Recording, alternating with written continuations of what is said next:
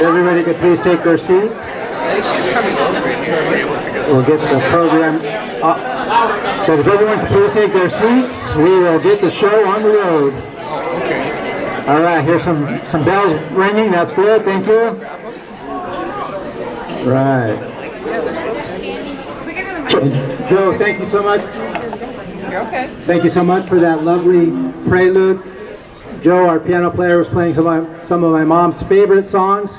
You'll have the chance to hear from him a little bit more later. But my mom would be proud.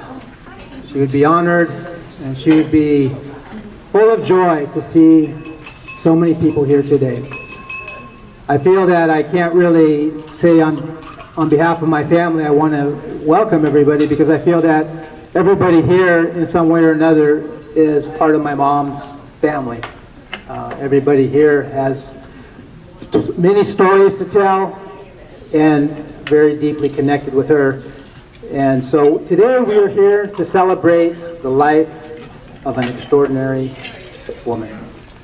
Since it's Sunday morning, can I get an amen to that? Yeah. All right.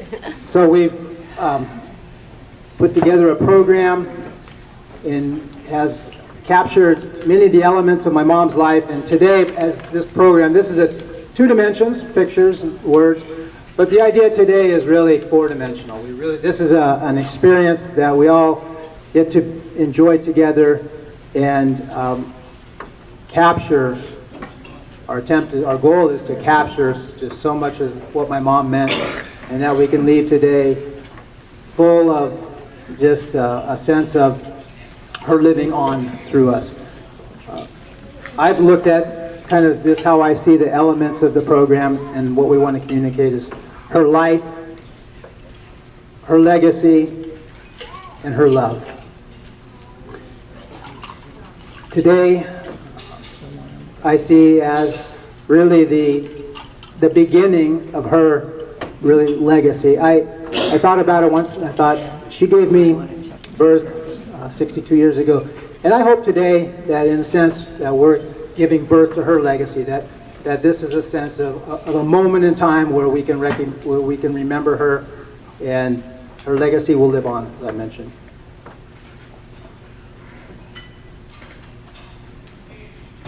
Music and song, as everyone who knows my mom knows, was a big part of my mom's life. I'd like to invite Jerry to come up. And Jerry and Joe are going to share a couple songs that were near and dear to my mom.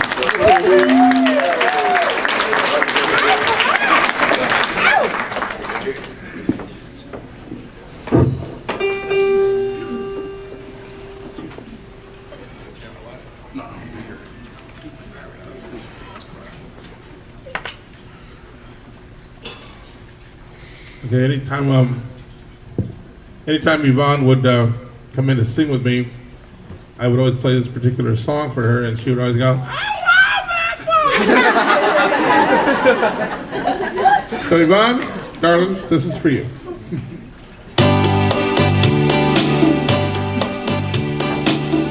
Mother, Mother Ocean, I have heard you call. Wanted to sail upon your waters since I was 3 feet tall. You've seen it all. You've seen it all. Now I would always say, watch the men who rode you, and Yvonne would say, not all of them. Watch the men who rode you, sailed in the stream, and in your belly you hold the treasure that you have ever seen. Most of them dreams. And I say, Yvonne, you know what kind of dreams, right? She go, yep. Most of them dreams. Yes, I am a pirate, 200 years too late. The cannons don't thunder, there's nothing to plunder. Now I always say, I'm an over 60 victim of fate, because I am. Timing too late, arriving too late.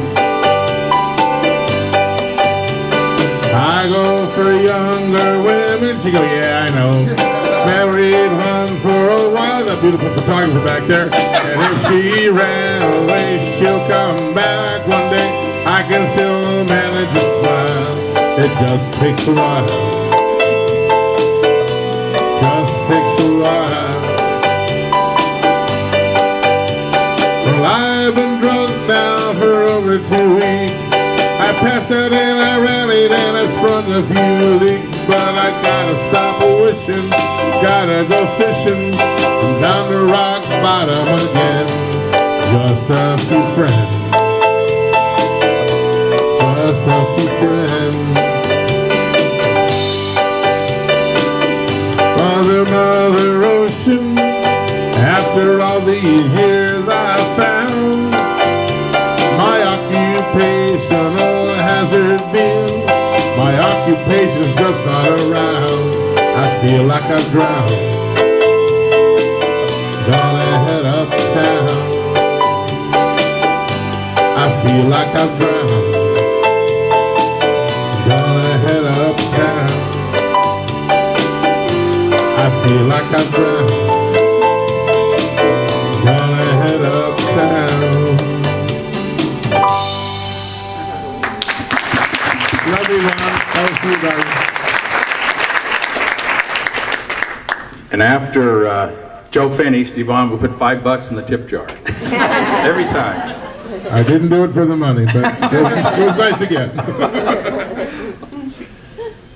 My father was a singer and a square dance caller in Montana. And this next song was one of his favorites. And then I got to marry a woman that he sings this song to. I sing this song to. So whenever we would go to the Red Fox and sing with Joe, I'd always start with Jambalaya.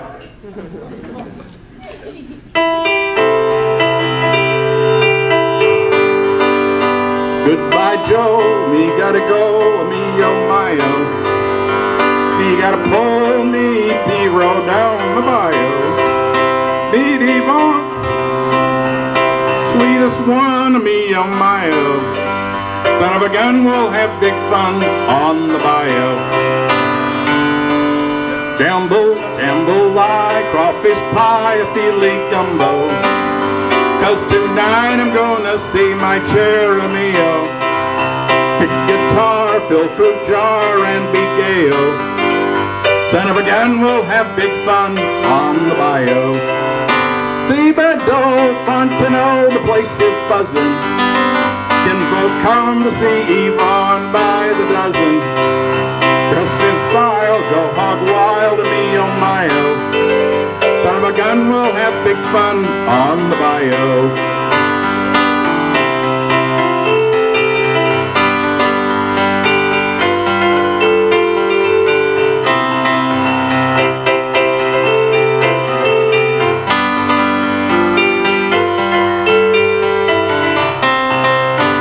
Later on, swap my mon, buy me a P-roll, and I'll catch all the fish on the bayou.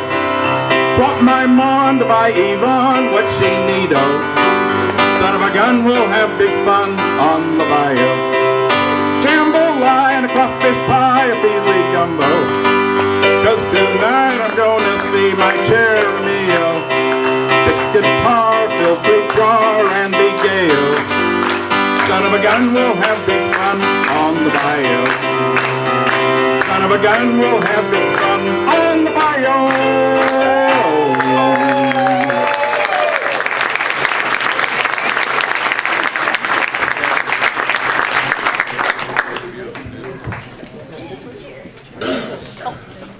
Thank you both.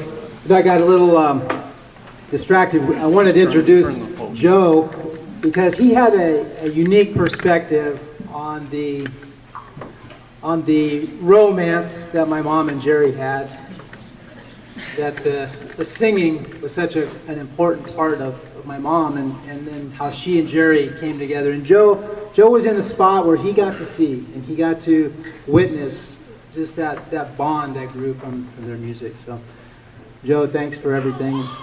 Appreciate your being here today. Thank you.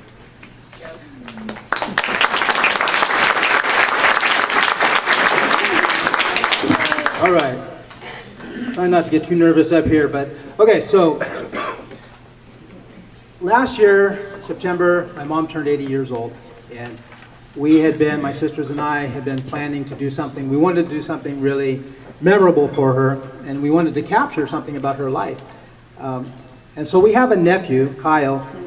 Kyle, as a boy, he started getting into video and just videoed everything he could, and ended up becoming a professional in the media industry. He's currently the Creative Services Director for KUSI.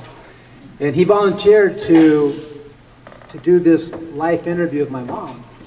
And so she didn't know that we were going to be showing it for her birthday party. But he got about 3 hours of sitting down with her. He said it was pretty easy. He didn't have to ask her anything. He just went with it, 3 hours of it. So, but he's done a marvelous job to condense that. And so he did the original version for the birthday, and then now he's adapted it for this special event. So I'm going to call Kyle up to just introduce the video and give some of his own insights about my mom's life. Hello, everybody. A lot of people love my Nana. So I sat down with my Nana for 3 hours. She, like Malcolm said, I didn't have to ask her much. She just told the stories of her life, and there's a lot. And I cut it down to a 15-minute little video to showcase for all y'all. And as you guys know, she was always the life of the party, the center of attention, and the star of all stars. And she's the star now of her celebration of life. So, very excited. Thank you so much. Enjoy.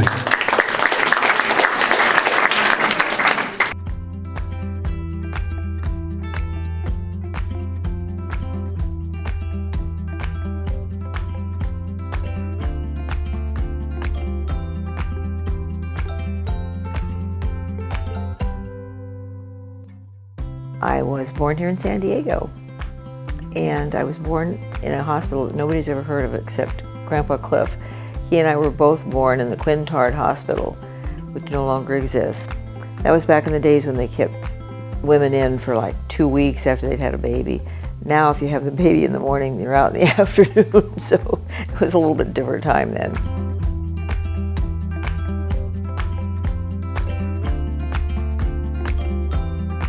The address that they took me home to was like 3616 36th Street or something. I have an older brother who is no longer with us. His name was Alfred Vitas Silva Jr. because my dad was Alfred Vitas Silva Sr. My parents divorced when I was like 3 or 3.5, I guess it was. They first put me with Grandma and Grandpa, and we lived downtown, and the building is still there. It was just a little studio with just a little tiny kitchen, a little tiny bath, and then this little studio, 1 room. So I was in 1st grade when Grandma got sick, and we went to the hospital, and the last I saw of her is when they took her in through the double doors, and on Christmas Eve, we got a call that she had died, which was devastating to me. You know, she was just really my whole world. When I ended up with Mother, it was like totally different because she and my brother were almost like brother sister in a way. I mean, he could tease her and joke, and they laughed and giggled. But Mother was like living with another big child. She was always very, very strict with me. I was 16, and my mother was dating a guy that was much younger than she. He was like 16 years younger. So he was 24, and she was 40, I think. And he had this friend, Halbert. He was so cute and so sweet. And of course, I wasn't allowed to date, but he would spend the night. And so after my mother and Smitty were in the bedroom, then Halbert and I would, you know, kind of kiss and giggle and be very quiet. So he was my boyfriend, but my mother didn't know it. He got out of the Navy and was going back to Michigan.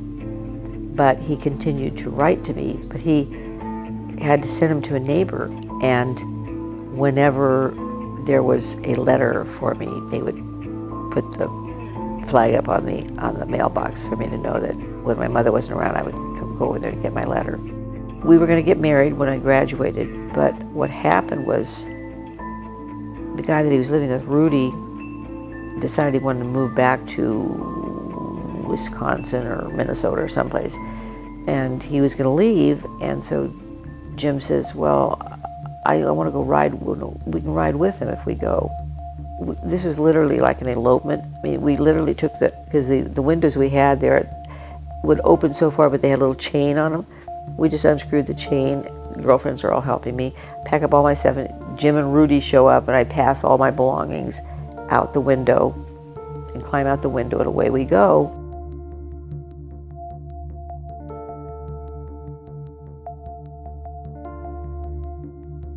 And we ended up in Miami, Oklahoma. And so I could tell people I got married in Miami. I just didn't say it was Miami, Oklahoma. We found a little justice of the peace, and he knew I wasn't only. Well, now, honey, I know you're 18. I know you're old enough, but Jimmy and I'll just go over there and get the license. He said, they just might not think you're old enough.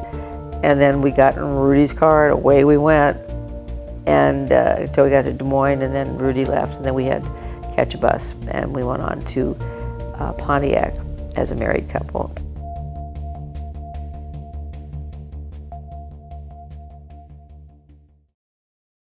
I got pregnant, so Jim decided he wanted to come back to San Diego. He just couldn't stand that weather. So he wrote Convair, where he had been working. So he knew he had a job if he got back out here. So we moved back to San Diego in April of 1957.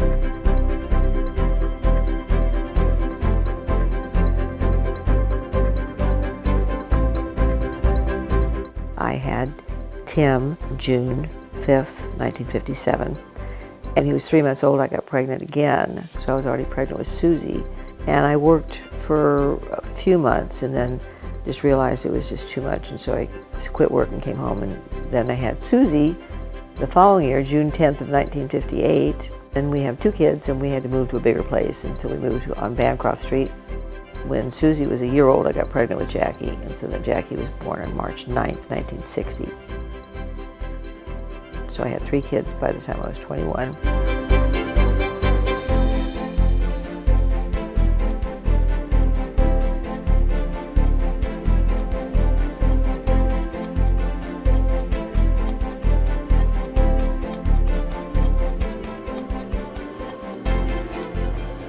And, we were just poor, and it was really struggling and really hard, and it was very difficult on the marriage.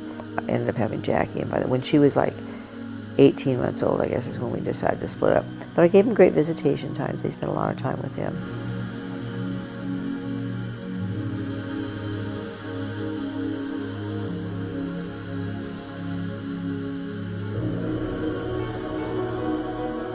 When we were living on 40th Street, I had learned how to be a cocktail waitress.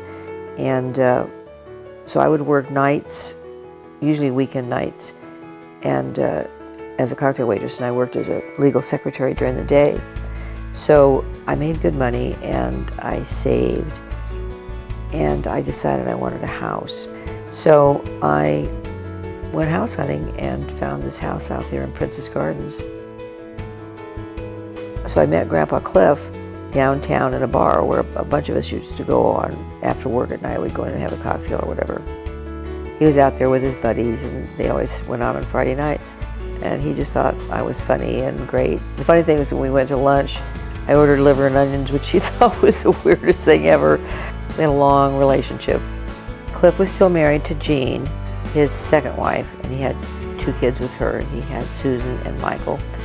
And I got pregnant with Holly. She was due in December. I did not want her born on Christmas. So I think we started induced labor on December 18th. But I ended up having a very, very difficult labor, and it ended up going into December 19th. And Cliff had to go home for dinner and then tell his wife that he had to come back to the hospital because I hadn't had the baby yet. And it was their 10th anniversary. So Holly was born on Cliff's 10th anniversary with his second wife.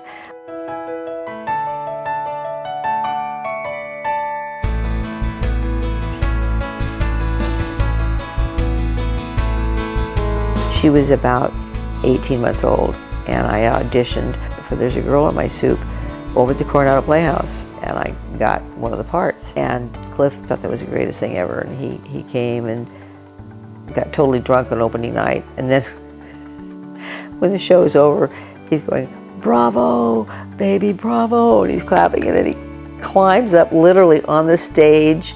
He goes digging through. He comes back and just about lost me my part. You know, I mean, the director was so mad. But that was the only show that I did. And then I just realized it just took so much time and everything. So it wasn't until years later that I started auditioning again.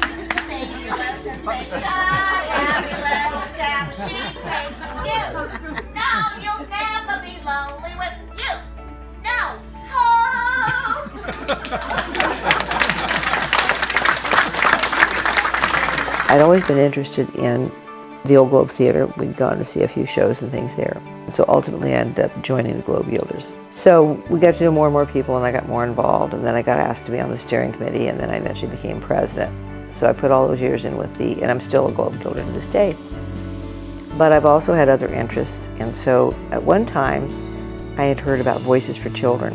When kids are in the foster program and they go to court, well, the parents have an attorney, and the county who takes the kids away or whatever has legal representation, but the kid doesn't have anybody to speak for them. They get somebody assigned to them who's a volunteer, so they feel like they've got somebody, you know, protecting them, and got active in that and started participating in their fundraising activities and really enjoyed all the ladies. So I called Betty Mabey, who had been founder of Voices for Children Auxiliary. She'd founded a lot of different organizations in town. Very well connected, very nice lady. And we said we'd like to put together an organization, but this time we didn't want to be attached, you know, like the Globe Gilders raise money just for the Globe, and the Voices for Children Auxiliary was just for the Voices for Children, but who just raise money and then figure out who they want to give it to. You know, we were thinking about, well, what do we call ourselves? And she says, well, you know, I've always wanted to start an organization and call it the Gold Diggers. About half the gals were, you know, oh, I don't know. And the other was, yeah, I thought it was kind of kicky. And she said, well, that's what we do. She said, we do dig for gold. We said, well, let's make it an acronym. And so we figured out Gifts of Loving Donors. And I became the first president. Yvonne Silva, by the way, who we're talking to, is one of the founding members of this organization. I'm the founding president. Founding president. So over the years, we've helped many, many organizations, and some of them have gone on to be very, very successful.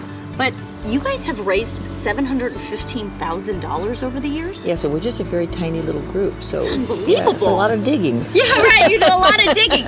Some of the gals who were in the Gold Diggers were also in the Angels of Hazeltine, and that's the organization that is another auxiliary that just raises money for one thing, Hazeltine School. And so most of us were crossover members. We supported each other, and ultimately I ended up being president of the Angels.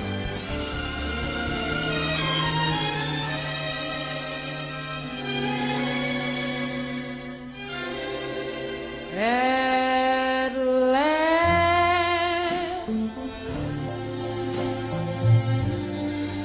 my love has come along. My lonely days are over. Jerry and I have known each other, it'll be 3 years, and I'm getting married to Jerry on my 80th birthday. So that way we can remember the date, my birthday or one of them. He forgot the ring. Love and companionship are deeply cherished at this point in life. And in Yvonne, I am blessed with both. Happily, our bucket lists converge in areas that bring us happiness and contentment to death do us part. Well, I can't do anything to match that. I'm going to love, honor, and cherish and appreciate you and do gardening with you. I now pronounce you husband and wife.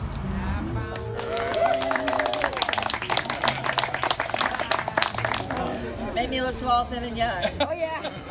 A dream that I can call my own. I found a thrill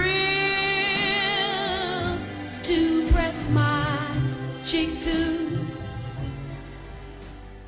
You know, as you go through life, you sometimes think, gee, what if I had done things differently? If I hadn't gotten married so early, if I'd gone to college, if I'd pursued acting, whatever. But I really can't think of anything I'd be doing differently now. I love my family, I love my kids, and I've loved the fact that I had grandkids so early that we got to do all kinds of fun things together. You know, Kyle and Danny got to be in plays with me. We get to go singing and drinking and doing karaoke together. So I think I've got the most wonderful life and the most wonderful family, and I love you all very much. And I hope you remember me.